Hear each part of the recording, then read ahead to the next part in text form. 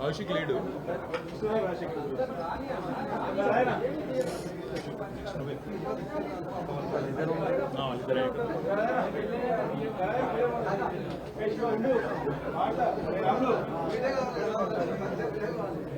కాళీ run చిత్తప్రభాకర్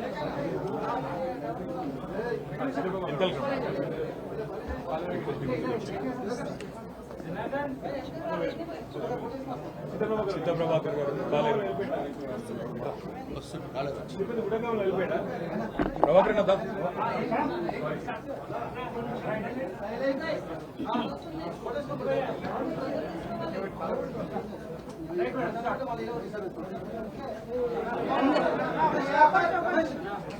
అందరికీ నమస్కారం. గౌరవ శాసనసభ్యుల ఆధ్వర్యంలో ఈరోజు గౌరవ స్పీకర్ గారిని కలవడం జరిగింది. కాంగ్రెస్ ప్రభుత్వం వచ్చిన తర్వాత ప్రతిపక్షాల ఎమ్మెల్యేల నియోజకవర్గాల్లో జరుగుతున్న కార్యక్రమాలలో ప్రోటోకాల్ ఉల్లంఘన ఏదైతే జరుగుతూ ఉందో దాన్ని స్పీకర్ గారి దృష్టికి తీసుకురావడం జరిగింది.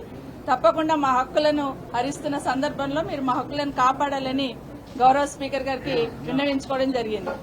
1-2 కాదు, గత 4-5 నెలల నుండి చూస్తూ ఉంటే ఏ నియోజకవర్గంలో చూసినా కూడా ప్రతిపక్షాల ఎమ్మెల్యేల కన్నా ఓడిపోయిన వాళ్ళకే ప్రాధాన్యత ఇస్తూ కార్యక్రమాలు చేస్తూ ఉన్నారు.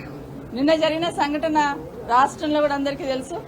ఎమ్మెల్యేగా మాకున్న హక్కు ప్రకారం ప్రోటోకాల్ ప్రకారం మేము చేయాల్సిన కార్యక్రమాలని ఓడిపోయిన అభ్యర్థిని తీసుకొచ్చి నియోజకవర్గం ఇన్ఛార్జ్ అని అధికారులే స్టేజ్ మీద ఇన్వైట్ చేస్తూ ఉంటే దేనికి ఇన్ఛార్జ్ అని ప్రశ్నించడం జరిగింది. అంటే దేనికి ఇన్ఛార్జ్? మేము ఎమ్మెల్యేలు ఉండంగా నియోజకవర్గం ఇన్ఛార్జిని పిలవాలని ప్రోటోకాల్ ఎక్కడైనా ఉందా చూపించండి అని అడిగాను.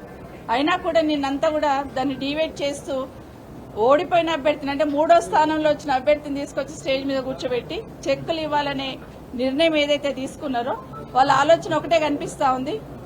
ఓడిపోయిన వాళ్ళని స్టేజ్ పైన కూర్చోబెట్టి ఏదో ఒక రంగా ప్రభుత్వ పరంగా వచ్చిన కార్యక్రమాలను చేస్తే ఇమీడియట్ గా ప్రజలందరూ కూడా మారిపోయి వాళ్ళకు అనుకూలంగా మారుతారనే ఆలోచన వాళ్ళకు ఉంది. కండువా మెడల వాళ్ళ పార్టీ కండువా మెడలు వేసుకుని చెక్కులు పంచుతూ ఉన్నా అది కళ్యాణ లక్ష్మి చెక్ కానివ్వండి, షాది ముబారక్ కానివ్వండి, దేవాదాయానికి సంబంధించిన బోనాల పండుగ చెక్ కానివ్వండి, రైతు బీమా లాంటి కార్యక్రమాలు కానివ్వండి, అవన్నిటికీ ఏదైనా కూడా బీజం వేసింది ఎవరంటే కేసీఆర్ గారని రాష్ట్ర ప్రజలందరూ కూడా తెలుసు. వాటిని అమలు చేస్తున్న సందర్భంలో ప్రోటోకాల్ డివైడ్ కావద్దని అడుగుతున్న సందర్భంలో రాష్ట్రంలో జరుగుతున్న దాన్ని మా హక్కులను పరిరక్షించండి అని ఈరోజు స్పీకర్ గారిని కోరడం జరిగింది. ఆశ్చర్యం ఏంటంటే ఎండోమెంట్ ఆఫీసర్ గారు పైన వాళ్ళ డీసీకి ఫోన్ చేసి క్లారిఫికేషన్ అడిగితే కూడా ఓడిపోయిన క్యాండిడేట్ ను పిలవాల్సిందే స్టేజ్ మీదకని చెప్పి పిలుచుకోవడం జరిగింది. Police officers law and order maintain చేయాల్సిన వాళ్ళు కూడా అడ్జస్ట్ అయిపోండి మేడం అనే కాడికి చెప్పే కాడికి వచ్చారు. ఒక పక్కన ఆయన కూర్చుంటాడు, ఒక పక్కన మీరు కూర్చుంటే అడ్జస్ట్ అయిపోండి మేడం అని చెప్పే కాడికి పోలీస్ ఆఫీసర్స్ వచ్చారంటే ఏం రాజ్యం నడుస్తుంది? మార్పు అంటే ఇదేనా? ప్రజలు ఇదే కోరుకున్నారా అనేది ఒక్కసారి ఆలోచించమని కోరుతా ఉన్నాను. ప్రజాపాలన అంటే ఇదేనా ప్రజాపాలన అనేది దయచేసి ఆలోచించాలే అధికారంలో ఉన్న వాళ్ళందరూ కూడా అని మనవి చేస్తా ఉన్నాను. ఈరోజు ప్రతిపక్షం శాసనసభ్యులు ఉన్న దగ్గర ఏ విధంగా అయితే ఓడిపోయిన మీరు స్టేజ్ మీద తీసుకొచ్చి కూర్చోబెడుతున్నారో మీ నియోజకవర్గాలలో కూడా అదే విధంగా మీరు మీ దగ్గర ఓడిపోయిన వాళ్ళని కూడా స్టేజ్ మీద తీసుకొచ్చి కూర్చోబెట్టండి. అదొక సంప్రదాయాన్ని మీరే తీసుకురండి, లేకపోతే చట్టాన్ని తీసుకురండి. ఓడిపోయిన వాళ్ళు కూడా స్టేజ్ మీద ఉండాలి అని మొట్టమొదటిగా మా గౌరవ ముఖ్యమంత్రి రేవంత్ రెడ్డి గారి నియోజకవర్గంలోనే మొదలు పెట్టండి. ఓడిపోయిన వాళ్ళని కూడా నాతో పాటు పక్కన కూర్చోబెట్టుకుంటాను మీరు మొదలు పెడితే డెఫినెట్ గా మేము కూడా దాన్ని యాక్సెప్ట్ చేసి ముందుకు తీసుకెళ్తాం. ఇక్కడే కాదు, మొన్న ఈ మధ్య కౌశిక్ రెడ్డి గారు స్కూల్ సంబంధించి ఎంఈఓలను పిలిచి రివ్యూ చేస్తే ఎంఈఓలకి షోకాజ్ నోటీస్ ఇస్తారు డిఈఓ గారు. ఎట్లా పోయినా ఎమ్మెల్యే పిలిస్తే రివ్యూ చేస్తే ఇదేక్కడ సంస్కృతి తీసుకొస్తా ఉన్నారు? ఎమ్మెల్యే గారు స్కూల్ సంబంధించిన విషయాల్లో రివ్యూ చేస్తుంటే దానికి సంబంధించిన ఆఫీసర్స్ ఎంఈఓలందరికీ కూడా షోకాజ్ నోటీస్ ఇవ్వడం వల్ల దాన్ని జిల్లా పరిషత్ మీటింగ్ లో ప్రశ్నిస్తే ఎమ్మెల్యే గారి మీద కేసు పెట్టడం జరిగింది. కనీసం కేసులు పెడుతున్నప్పుడు స్పీకర్ గారు పర్మిషన్ తీసుకోవాలని కూడా ఆలోచన లేకుండా కేసు రిజిస్టర్ చేయడం జరిగింది. కోవా లక్ష్మి గారు తను ప్రోటోకాల్ పాటించట్లేదని తను కలెక్టర్స్ వాళ్ళని అడిగితే అక్కడ కూడా మమ్మల్ని మా విధులకు ఆటంకం కలిగించారని కేసు పెట్టడం జరిగింది. ఇప్పుడే మా గౌరవ డిప్యూటీ స్పీకర్ గారు పద్మారావు గారు వారి నియోజకవర్గంలో ఇప్పుడు చెక్కుల పంపిణీ ఉంది. కరెక్ట్ గా ఒక గంట ముందు ఆయనకి ఇన్ఫర్మేషన్ ఇస్తున్నారు, చెక్కుల పంపిణీ ఉంది మీరు వచ్చేయండి అంటే.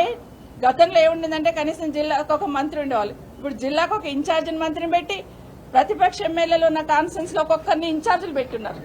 ఇది ఎక్కడ పోతుంది పాలన అనేది ఒకసారి ఆలోచించమని కోరుతా ఉన్నాను. ఇక్కడే కాదు, మొన్న రాజశేఖర్ రెడ్డి గారు ఆఫీసర్లను పిలిచి కనీసం డ్రైన్ క్లీన్ చేయండి అంటే కూడా క్లీన్ చేయకుండా అక్కడే కూర్చొని ధర్నా చేస్తే ఆయన కూడా కేసు పెట్టే పరిస్థితి తీసుకొచ్చారు. అంటే ఎమ్మెల్యేలు ఎవరైనా ప్రజల పక్షాన ప్రశ్నిస్తే కేసులు పెడతాము, ఇది మా ఇష్టం, మా రాజ్యం, ఇది మా ఇందిరమ్మ రాజ్యం అనే లెవెల్లో తీసుకెళ్తా ఉన్నారు. ఇది దయచేసి ఆలోచించమని కోరుతా ఉన్నాను.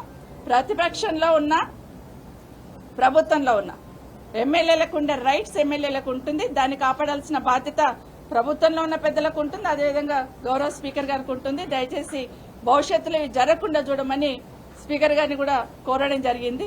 ఒక దగ్గర ఎక్కడో ఒక దగ్గర కనీసం స్థానికంగా ఉన్న గౌరవ శాసనసభ్యులు ప్రతిపక్ష శాసనసభ్యుల్ని కనీసం దాన్ని అధికారులు కనీసం అడిగే స్థితిలో కూడా లేకుండా అయిపోయారు. ఉదాహరణకి నా నియోజకవర్గంలో ఒక కార్పొరేషన్ లో వన మహోత్సవం పెట్టమని అడిగారు. వన మహోత్సవానికి డేట్ ఇవ్వండి మేడం అని కమిషనర్ గారు అడిగితే ఓకే డే ఆఫ్టర్ టుమారో పెట్టుకుందాం అన్నాను.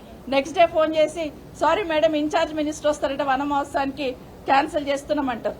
అంటే చెట్లు పెడితే కూడా ఆ చెట్టు కూడా మాకు ఓటేస్తుందా? కనీసం దానికి కూడా మాకు అర్హత లేదా పోయేదానికి? దానికి కూడా ఇన్ఛార్జ్ మినిస్టర్ రావాలా? ఇది జరుగుతున్న విషయాన్ని మిగతా వాటిలో ప్రోటోకాల్ పాటించడానికి అనుభవం ఉన్న వాళ్ళం. మాకందరికీ తెలిసి ఎవరికి ఎక్కడ గౌరవించాలి, ఎవరిని ఏ విధంగా ఇచ్చేయాలి, ఏ విధంగా నిధులను తీసుకురావాలనేది ఖచ్చితంగా ఆలోచిస్తూ ఉంటాం.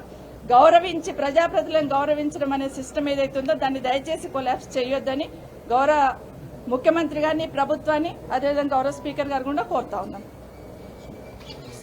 అందరికీ నమస్కారం. ఈరోజు మన సవితక్క చెప్పినట్టుగా